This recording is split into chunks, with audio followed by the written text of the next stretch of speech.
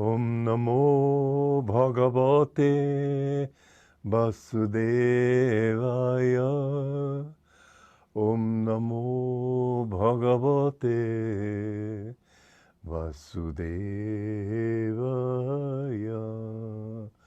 Om, I bow to the Lord Vasudeva. Joy to you, friends. I may have mixed up some of my stanzas here. It's entirely possible when you got pages and pages to turn. But it doesn't matter because the truths that I'm speaking are truths. And the application that I have made here is also true. Arjuna says, they say of Arjuna, observing this far-flung array of his own kith and kin before him, the son of Kunti, Arjuna, was filled with pity and spoke sorrowfully, "O Krishna, seeing these, my own relatives, gather together ready to fight us, my strength fails me, my limbs quiver, my mouth becomes parched, my whole body trembles, my hair stands on end," all these being signs of inner conflict. The sacred bow Gandhiva slips from my grasp, as with bent spine he slumps forward in discouragement, and my skin is on fire, a hint of awakened latent desires. I cannot remain upright, and my mind loses all focus.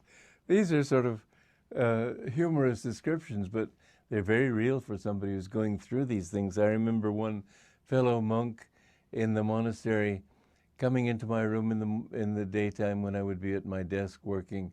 He'd sit on my bed.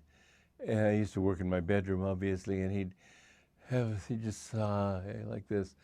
And everything seemed so heavy to him, and I couldn't understand why it had to be so heavy. It didn't seem heavy to me, but it was very real to him. And the dismay that one feels when he realizes how very strong these impulses are. I remember him saying once, "If only I could just get my hand on them." He was a very strong person, and he thought in terms of wrestling and fighting like this. But it's not that way. You have to come in from behind. You have to learn tricks. You have to sort of come in the back door and take them by surprise. There are many tricks you have to learn to overcome.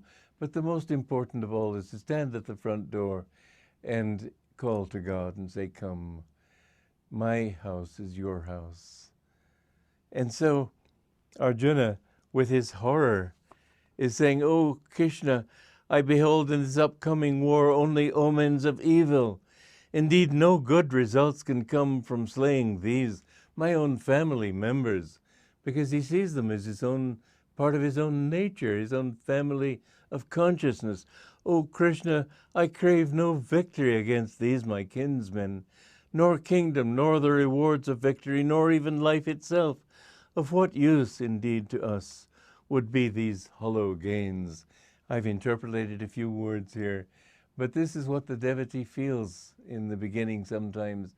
So I gain all this, but what have I got? If I've killed all these relatives, if I've gotten rid of all these qualities, won't my life be just a wretched desert then? With no life, no life-giving water, no oases, nothing? And so you must understand that the path to God seems difficult at first, and let's admit that it does, but it's a seeming. It isn't difficult when you get into it, because actually every step of the way becomes greener. Every step of the way becomes better.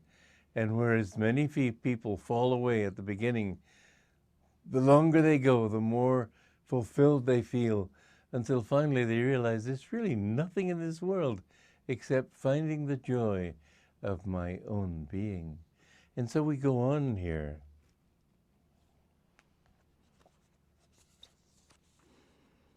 Those ranged before us are our own past teachers, inclinations toward and hopes for attaining false worldly desires and ambitions. I'm interpolating these things. Fathers, that is to say begetters of past sense inclinations. Sons, which is to say sense pleasures themselves. Grandfathers, or sense tendencies from past incarnations. Uncles, fathers-in-law, grandsons, brothers-in-law, and other kinsmen, more distant influences, in other words, global, national, social, environmental, familial. We're surrounded by all these influences. It seems like a huge thing to have to overcome all of this and to find this misty, shadowy nothing that we know nothing about. Oh, Madhusudana, Krishna, how can I consent to kill these relatives even if their own desire is to kill me? I would rather relinquish sovereignty. I'd rather not even do this big battle of attaining self-mastery over the three worlds even, the causal, the astral, and physical universes. What to speak then of conquest over this little earthly kingdom, my physical body? What happiness could we find, O no Janardana, Krishna, in destroying Dhritarashtra's clan? Sinful though they be, would not we too incur sin by slaying them? You see, the mind has all these subtle ways of tricking itself, self-justifications. Like that song, I'm just a girl who can't say no.